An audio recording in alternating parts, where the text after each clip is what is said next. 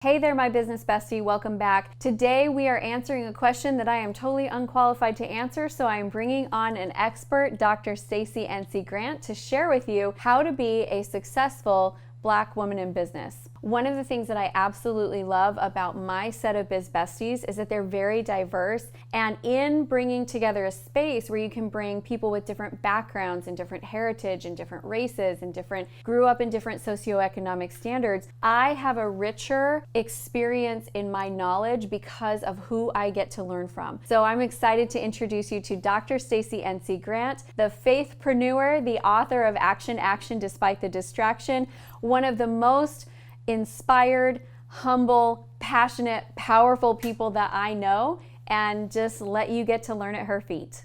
Stacie, thank you so much for being here with us today. I absolutely adore you, and anytime we get a chance to talk with my Biz Besties, it's a good day. Absolutely. First of all, my stock went up because I'm hanging out with the Amy Walker, who happens to be one of my business besties. And I'm just excited about what you're doing. Look at this content. Have you all subscribed? Go ahead and hit the subscribe button now, because I guarantee anywhere Amy is, there is value. I didn't even pay her to say it. So Stacie, we've been doing this Biz Bestie sequence, giving advice for women in business. And this is a question that obviously I cannot answer on my own, but I have so much respect for you. I have so much respect for all of the women who are Black and brown and are figuring out how do they step into the space of being successful and powerful. And I want to preface this with, all women are fairly new to entrepreneurship and business, right? Like, it hasn't even been since my grandmother couldn't have gotten a business loan on her own. She would have had to have like her sons or her husband go and get a business loan for her. So we're all a little bit newer to entrepreneurship, but even though we're all kind of in the same storm, it doesn't mean that we're all in the same boat and that we're all experiencing the same challenges. So I'd love to hear from you as an African-American powerhouse, Black, gorgeous woman in business. What are some of the tips that you have that have led to your success? Oh, I love that question. And yes, we're all in the same storm, but not the same boat. They're different experiences. And that's one of the things I love about you, Amy, that you never try to pretend to understand what would almost be humanly impossible to, but the empathy and the desire to know, that speaks volumes. So I don't want that to go understated, right? We really need to acknowledge that. And I celebrate you for that space that you hold, creating space for everyone who's in the storm to have a conversation. So now let's get in it. Being a Black woman with Caribbean background, there's so many different layers to how we experience business.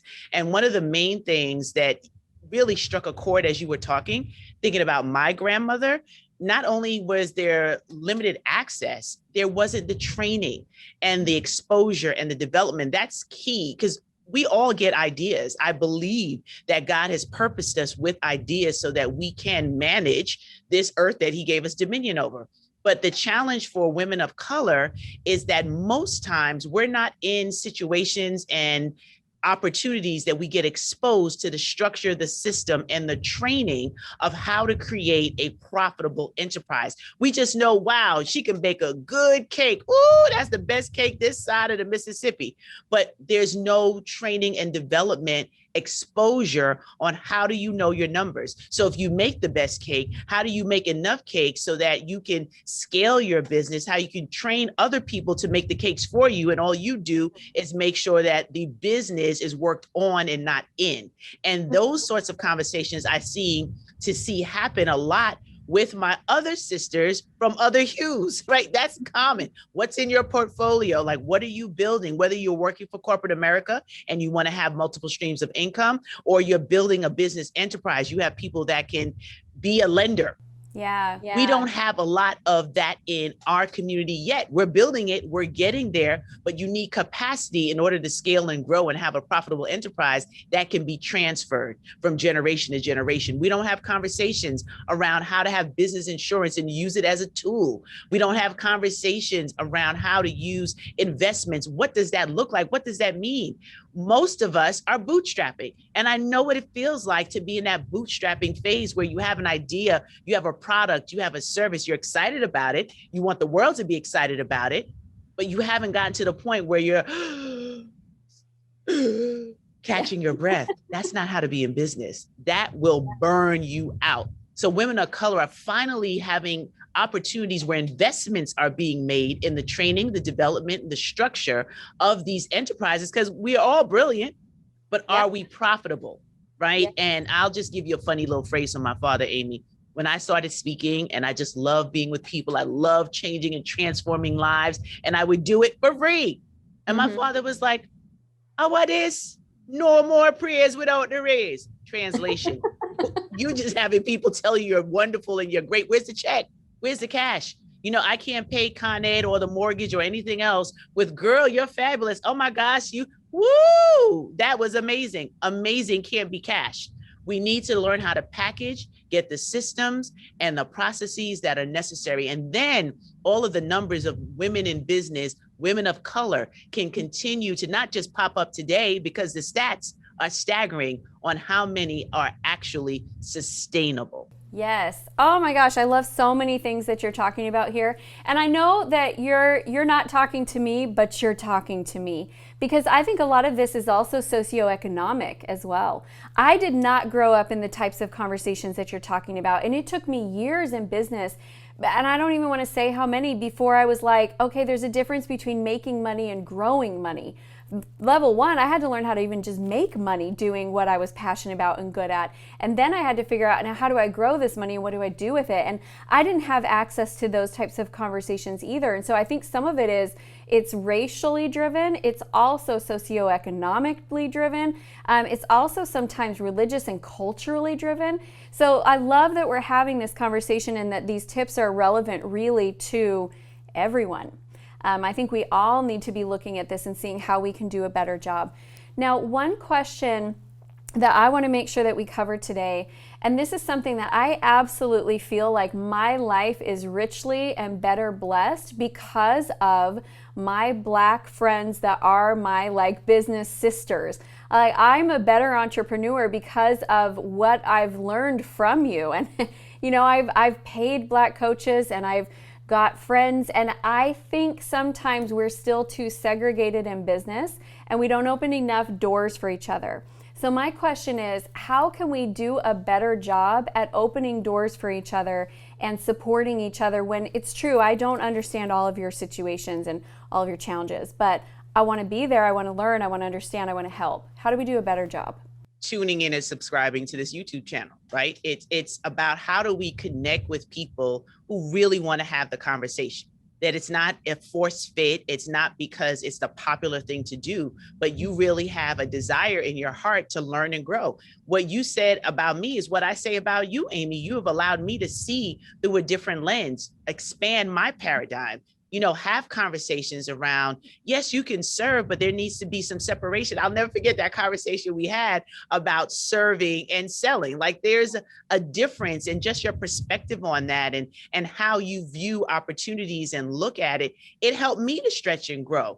And the only way we grow is by leaving ourselves open to new experiences. Sometimes we close ourselves off and we get so caught up in what's been ritualistic. I heard a story the other day, and there are many different versions of it, but the short version is there's a family cooking Thanksgiving dinner. That's usually a time around where people get together. And there's some cultural aspects of that are hurtful for some who are, here in the indigenous of our country. But the concept of family gathering and getting together, and I just wanted to make sure I acknowledge that because I'm very sensitive to it. But the story made me smile because the mother was preparing the ham and she cut off the front, she cut off the back, and she threw it away.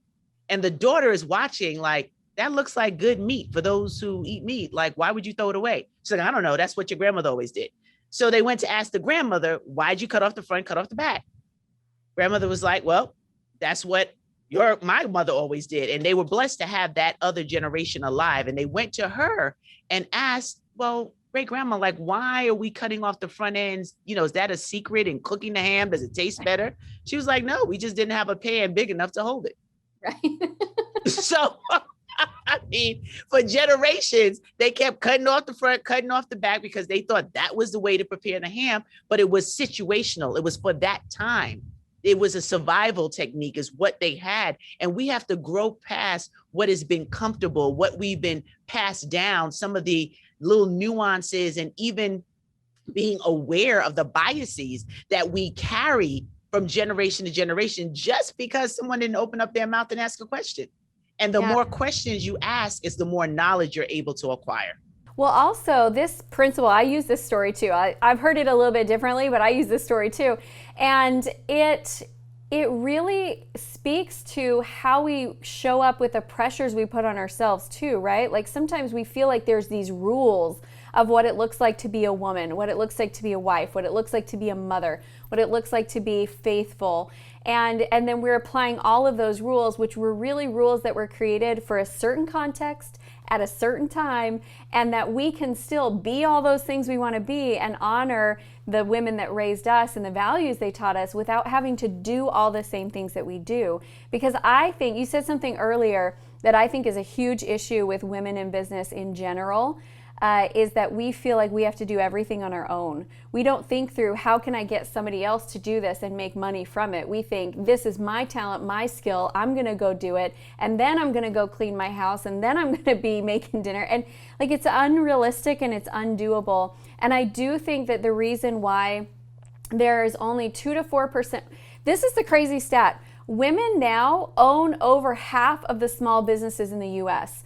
But only 2 to 4% of women-owned businesses are making over $1 million a year. That, to me, mind-boggling. And I think it's a lot of the stuff that we're talking about right here, which is we've got to go into business from the very beginning, looking at how do we not just say, you know, I want to be successful on my own, but how do we really create something that is going to generate jobs for other people, where we make money that is not just coming from the work that we're doing. Stacie, I want to ask you one last question before we go. What do you feel is your unique purpose? And did you ever have a moment where you doubted if you could really do it? Oh, I love that question. What is my unique purpose and did I doubt? Child, let me just tell you, God will set you up like nobody else can. And on this journey, I know my purpose is my voice is one of God's media ambassadors, a 21st century communicator, to remove the stigma of procrastination, not feeling worthy, toxic people. Like, I'm a disruptor. So I came to disrupt any retarded demon that would tell somebody it's not their time to walk in their divine alignment. Action, action, despite the distraction, is not just a title of a book and trainings that I do and a mantra. It's a way of life, that life is going to throw you curveballs. Things are going to happen, but can you stay the course?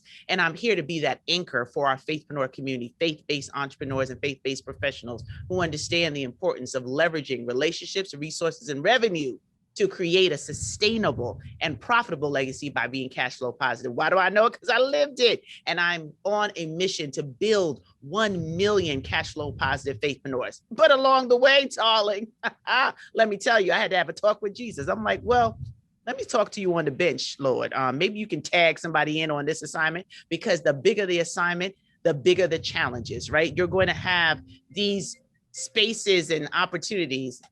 I'm going to repeat that. You're going to have these spaces and opportunities where it seems much bigger than what you can do. It seems, I'm not sure if I heard that. It's like a Noah assignment. Like, there's no water. Why are we building an ark? But that's when you know it's not a good idea. It's a God idea. And when those moments come, when you feel like you're an imposter, no, you're just a creature that has been created to be a vessel for the brilliance to flow through you. Nobody else got your assignment, darling, so they won't understand it. Look up to the hills from whence cometh your help and march on, taking action, despite the distraction. That's my story, and I'm sticking to it. I love it, Stacie. I love it. I love you. I love all the things that you have shared with our audience today. And I would encourage all of you, if you don't have a connection with Stacie, you need some Stacie NC Grant in your life. Dr. Stacie on a daily basis, I mean, she's got so many great things going on, so I invite you to go and get connected.